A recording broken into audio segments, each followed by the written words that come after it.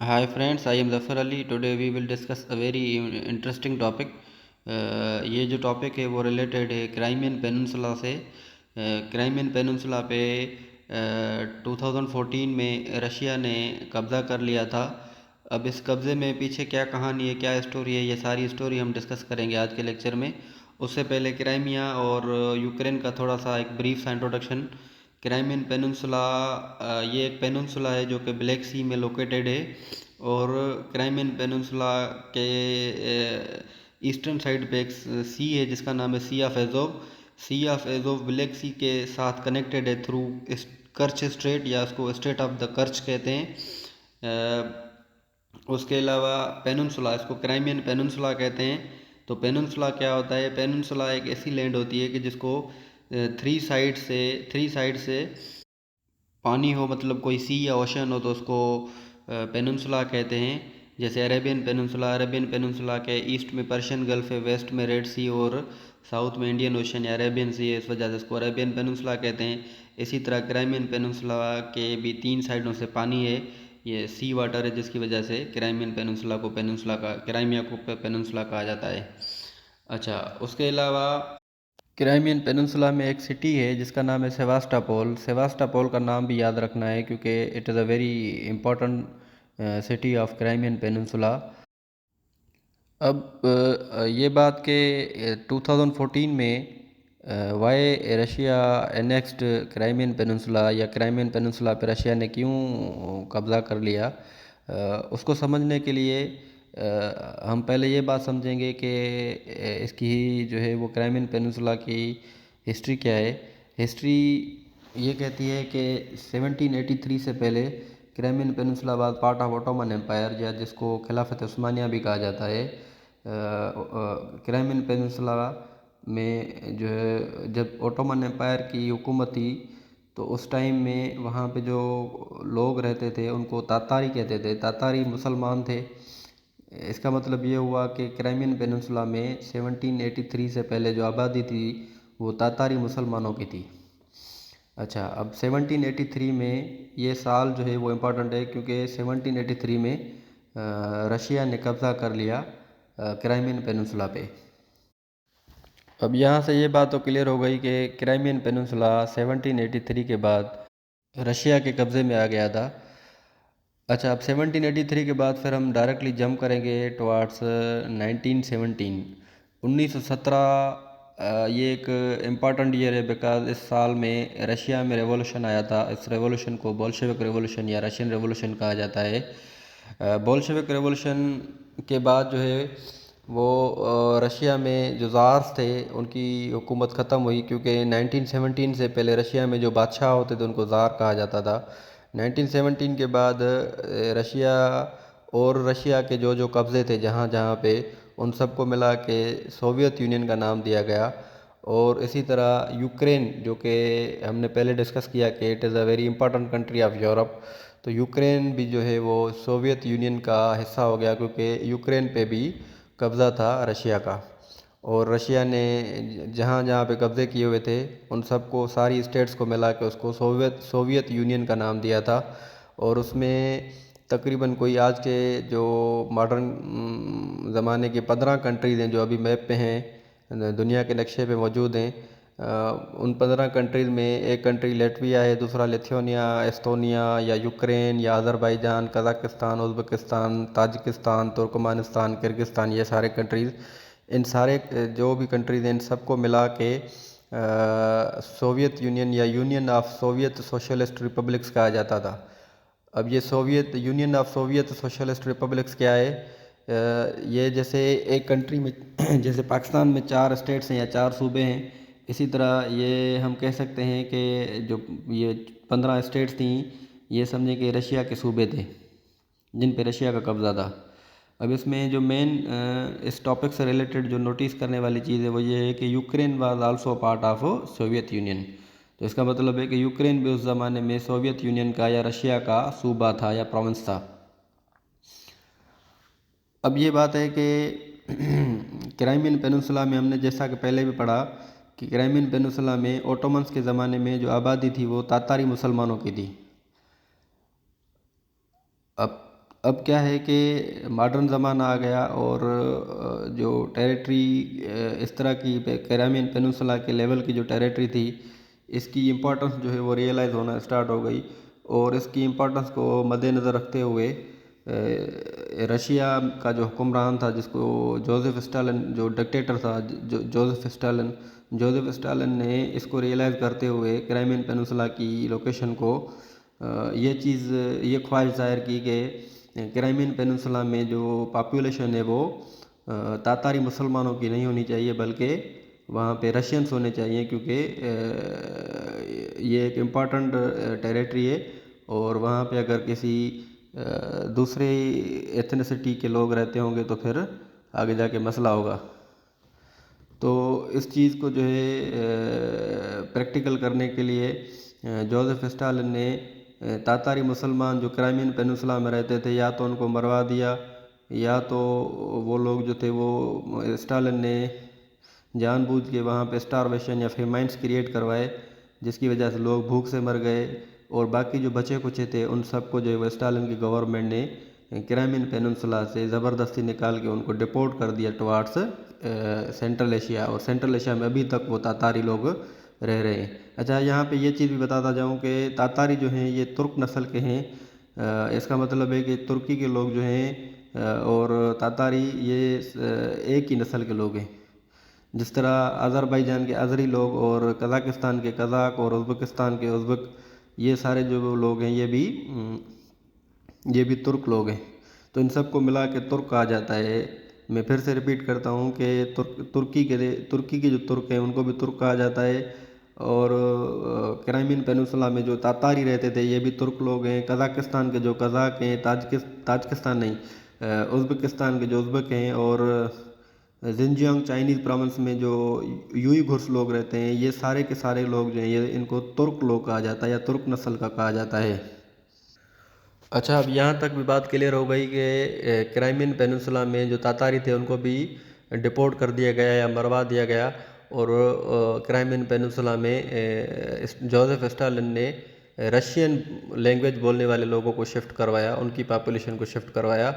तो अब ये भी बात क्लियर हो गई कि क्राइमियन पेनिनसुला में आज के ज़माने में, मतलब स्टालिन के ज़माने से रशियन लैंग्वेज बोलने वाले लोगों की अक्सरियत है। और ये अक्सरियत कैसी अक्सरियत है? ये सेल्फ क्रिएटेड अक्सरियत है, जो स्टालिन ने तातारियों को मरवा के और उनको भगा के वहाँ पे रशियंस की जो है अक्सरियत करवाई। अच्छा, अब आगे जाके क्या होगा कि 1954 में स्टालिन की डेथ हो जाएगी और स्टालिन के बाद सोवियत यूनियन का जो या रशिया का जो लीडर आएगा उसका नाम होगा निकिटा क्रुश्चोव। निकिटा क्रुश्चोव की ये बात थी कि he was he had very good relations with Ukraine. और ये बात तो पहले भी डिस्कस कर चुके हैं कि Ukraine was a province like entity of Russia या सोवियत यूनियन। रशिया तो नहीं कहेंगे उसको, सोवियत यूनियन कहेंगे, पर बात एक ही है। तो अब देखें कि पाकिस्तान का मिसाल लें कि पाकिस्तान में 4 सूबे हैं, जैसे एक पंजाब है, दूसरा सिंध है, तीसरा बलूचिस्तान KPK। अब अगर कोई रिसोर्स है उसकी या कोई भी टेरिटरी है जो कि पंजाब और सिंध के दरमियान है, तो जो हमारी फेडरल गवर्नमेंट है उसके लिए तो वो टेरिटरी सिंध सूबे में रहे या पंजाब में रहे, बात एक ही है, क्योंकि दोनों जो प्रोविंसेस हैं वो पाकिस्तान की फेडरेशन के अंडर में ही है।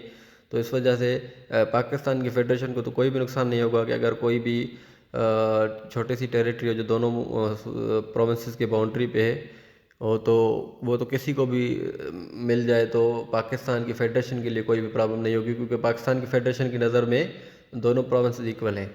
तो बिल्कुल एग्जैक्टली इसी तरह क्राइमियन पेनिनसुला जो कि फ़िज़िकली अटैच्ड था यूक्रेन के साथ, पर क्राइमियन पेनिनसुला में आबादी क्राइमियन पेनिनसुला में अब जो आबादी थी वो 1940s के बाद या स्टालिन के बाद क्राइमियन पेनिनसुला में आबादी रशियंस की ज़्यादा थी, और यूक्रेन में जो है आबादी वो यूक्रेनियन लैंग्वेज बोलने वालों की ज़्यादा है। अब 1954 के बाद निकिटा क्रुश्चोव ने क्या किया कि क्राइमियन पेनिनसुला की जो टेरिटरी है 1954 में इसने गिफ्ट कर दी। आई रिपीट के 1954 में निकिटा क्रुश्चोव ने क्राइमियन पेनिनसुला की जो टेरिटरी है वो गिफ्ट कर दी यूक्रेन को। अब यूक्रेन को गिफ्ट कर दी, इसका मतलब क्या है कि क्राइमियन पेनिनसुला ऐसा नहीं है कि निकिटा क्रुश्चोव ने किसी दूसरे मुल्क को गिफ्ट कर दी, किसी बाहर के फॉरेन कंट्री को नहीं। ये समझें कि रशिया एक सूबा था जिसकी ये टेरिटरी थी। अब ये रशियन सूबे से यूक्रेनियन सूबे की तरफ जा रही है, मतलब उसी मुल्क में ही ये टेरिटरी रहेगी। निकिटा क्रुश्चोव ने ये चीज़ इसी वजह से गिफ्ट की थी क्योंकि रशिया को ओवरऑल कोई भी नुकसान नहीं था, एक भाई से एक चीज़ लेके दूसरे भाई को वो चीज़ मिल रही है।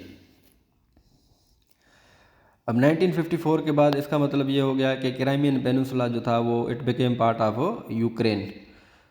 इसमें देखें कि हमने डिस्कस किया कि क्राइमियन पेनिनसुला ये एक क्राइमियन पेनिनसुला में तातारी मुसलमान रहते थे और क्राइमियन पेनिनसुला पे ओटोमन एम्पायर का कब्ज़ा था और इनका ये कब्ज़ा 1783 में ख़त्म हुआ है।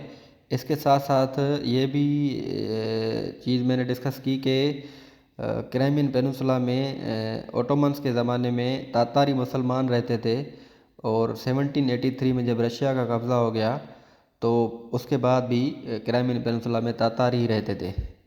अब आगे क्या होता है कि 1917 में रशियन रेवोल्यूशन स्टार्ट होता है और 1917 के बाद सोवियत यूनियन रशिया की जो एक फेडरेशन टाइप बनेगी, यूनियन बनेगी जिसको सोवियत यूनियन या फिर उसको यूएसएसआर कहा जाएगा। और यूएसएसआर में USSR stands for union of Soviet socialist republics, जिसमें आज की तकरीबन कोई 15 रिपब्लिक्स थे और उन 15 रिपब्लिक्स में एक यूक्रेन भी था। अच्छा, अब उसके अलावा हमने ये चीज़ डिस्कस की कि यूक्रेन के साथ अटैच्ड है क्राइमियन पेनिनसुला और फिज़िकल अटैचमेंट इसकी रशिया के साथ नहीं है। हालांकि कर्च स्ट्रेट ही सिर्फ इनको डिवाइड करता है, रशिया को और क्राइमियन पेनिनसुला को। बहरहाल फिर भी ये एक स्ट्रेट है और काफ़ी बड़ा स्ट्रेट है, तो फिज़िकली अटैच्ड नहीं है, बल्कि वो क्राइमियन पेनिनसुला फिज़िकली अटैच्ड है यूक्रेन के साथ। उसके बाद हमने ये पढ़ा कि क्राइमियन पेनिनसुला स्ट्रेटजिकली बहुत ज़्यादा इम्पॉर्टेंट है, जिसकी वजह से जोसेफ स्टालिन ने इसकी इम्पोर्टेंस को रियलाइज़ कर लिया था और क्राइमियन पेनिनसुला से तातारी मुसलमानों को डिपोर्ट करके या उनको मरवा के वहाँ पे रशियन पॉपुलेशन या रशियन लैंग्वेज बोलने वाले लोगों को शिफ्ट करवा दिया। तो अब स्टालिन की हुकूमत के ज़माने में क्राइमियन पेनिनसुला में रशियन लैंग्वेज बोलने वाले लोगों की अक्सरियत हो गई और अभी तक उन रशियंस की अक्सरियत है। अच्छा, उसके बाद फिर हमने ये चीज़ डिस्कस की कि 1954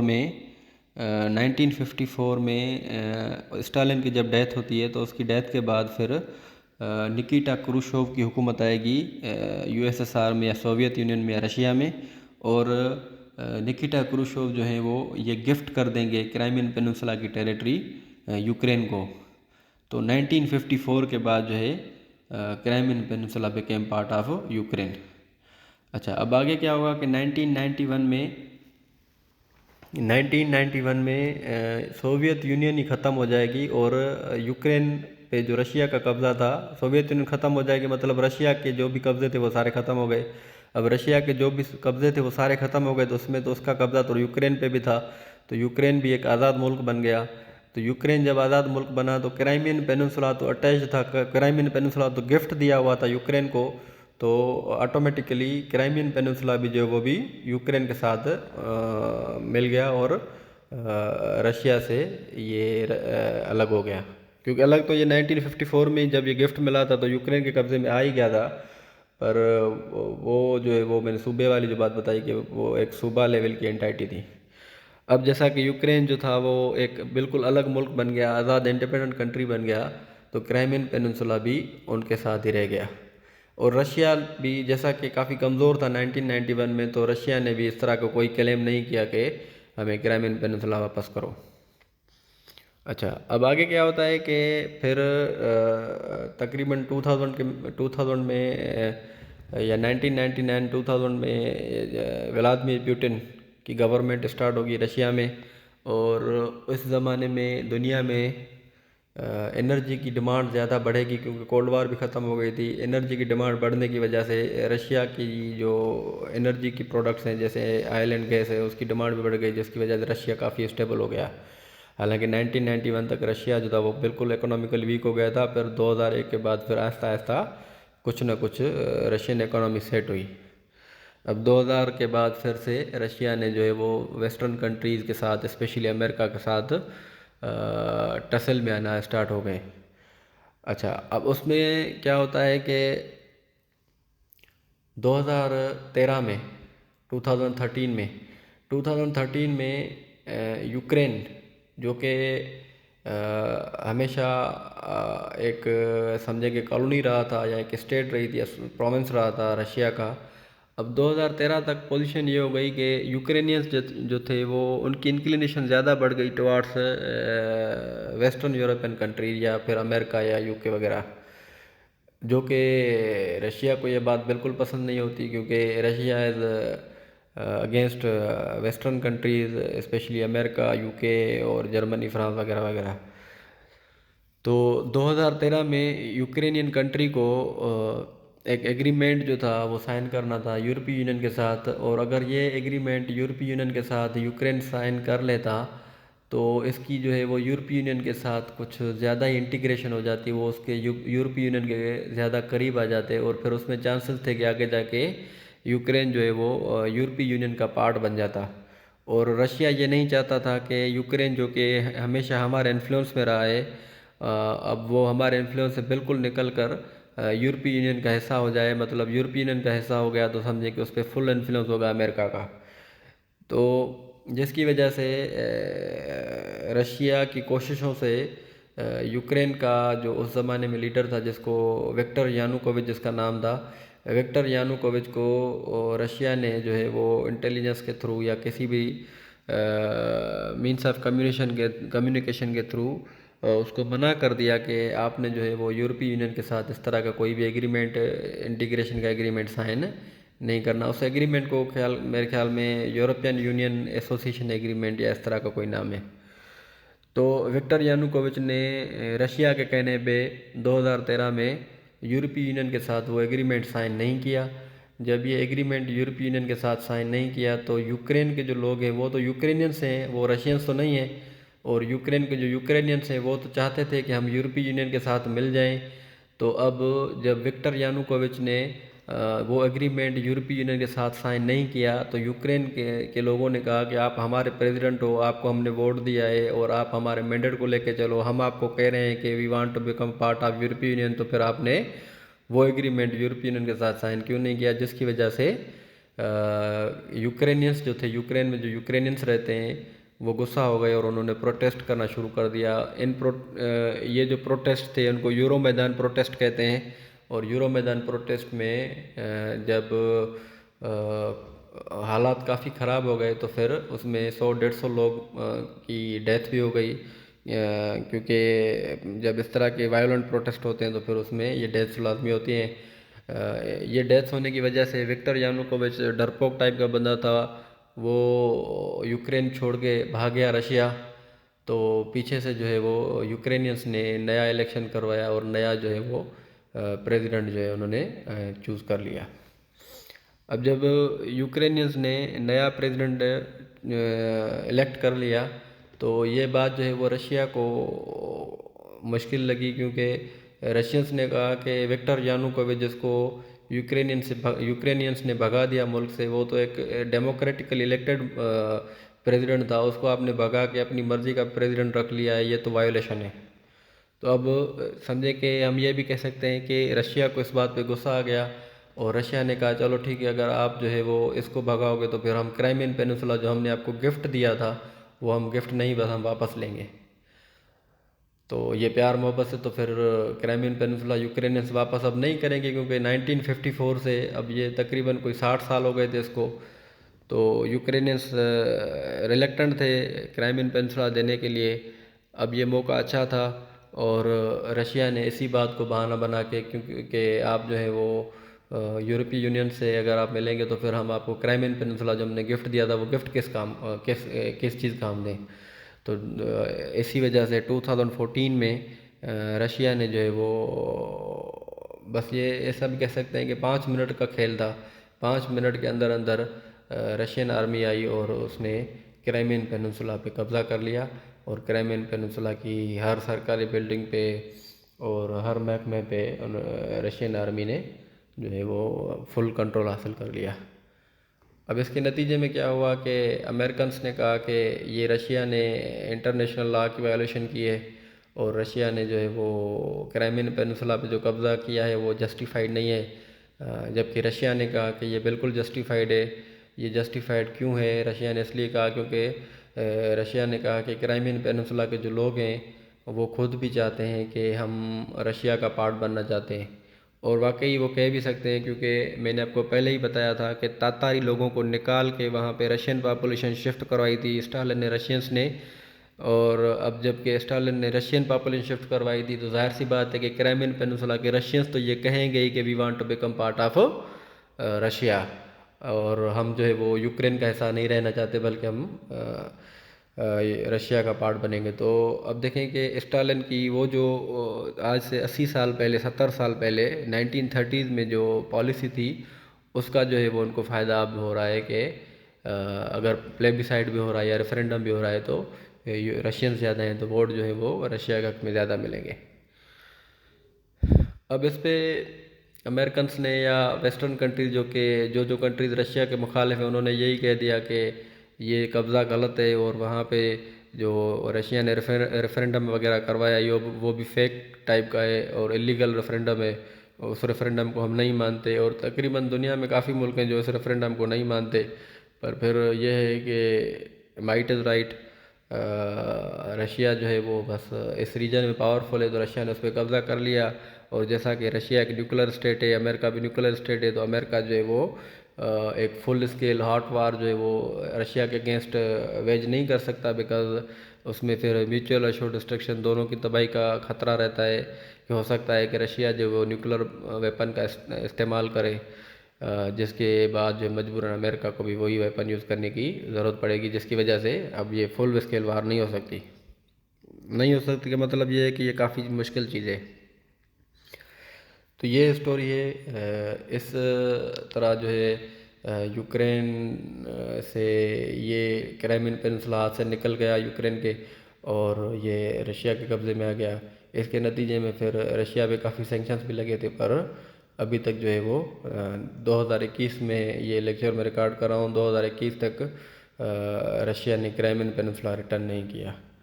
तो अब इंशाल्लाह नेक्स्ट लेक्चर में कोई और ऐसा इंटरेस्टिंग टॉपिक आपके लिए लाएंगे। तब तक के लिए थैंक यू।